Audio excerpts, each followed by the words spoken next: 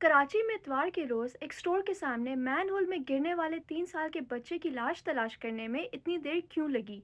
3 साल के बच्चे की लाश 15 घंटों बाद कई 100 किलोमीटर दूर एक खुले गटर से मिलने के बाद पीपल्स पार्टी और जमात इस्लामी इस वाक़े की जिम्मेदारी का इल्ज़ाम एक दूसरे पर आयद कर रहे हैं।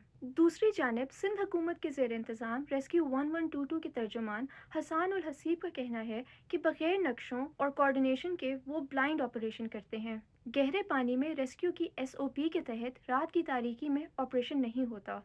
कराची में ऐसे वाकयात में सबसे बड़ी मुश्किल मैन होल्स और ड्रेनेज के ब्लूप्रिंट्स यानी नक्शों की अदम दस्तयाबी होती है, जो मुताल्लिका महकमे फराहम नहीं करते। इस वजह से मालूम नहीं होता कि गटर का बहाव किस तरफ है। जहां लोग कह रहे होते हैं वहां तलाश की जा रही होती है। पंजाब में सारा ऑपरेशन कोऑर्डिनेशन से होता है, जिसमें तमाम मुताल्लिका महकमे मौजूद होते हैं, लेकिन कराची में ऐसा नहीं होता। हेवी मशीनरी हमारे पास नहीं होती जो ज़िली इंतज़ामिया या म्यूनिसिपल कॉरपोरेशन या टाउन इंतज़ामिया फराहम करती है। गुज़िश्ता रोज़ बीआरटी प्रोजेक्ट की हेवी मशीनरी किराए पर हासिल की गई। उसके बाद एक एनजीओ ने उसको हायर किया।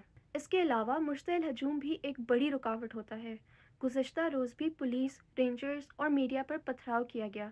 इस सूरत हाल में स्टाफ खौफजदा होते हैं। सोशल मीडिया पर लोग बल्दियाती इदारों और शहरी इंतजामिया की कारकर्दगी पर शदीद गम और गुस्से का इजहार कर रहे हैं और सवालात उठा रहे हैं। एक्स पर एक सारिफ ने लिखा कि ये कोई हादसा नहीं, जुर्म है। जो ओहदेदार इस मैन होल को ढांपने में नाकाम रहे थे, उनके हाथों पर खून है। मजीद कितने बच्चों की अमवात के बाद इस निज़ाम का एहतसाब होगा?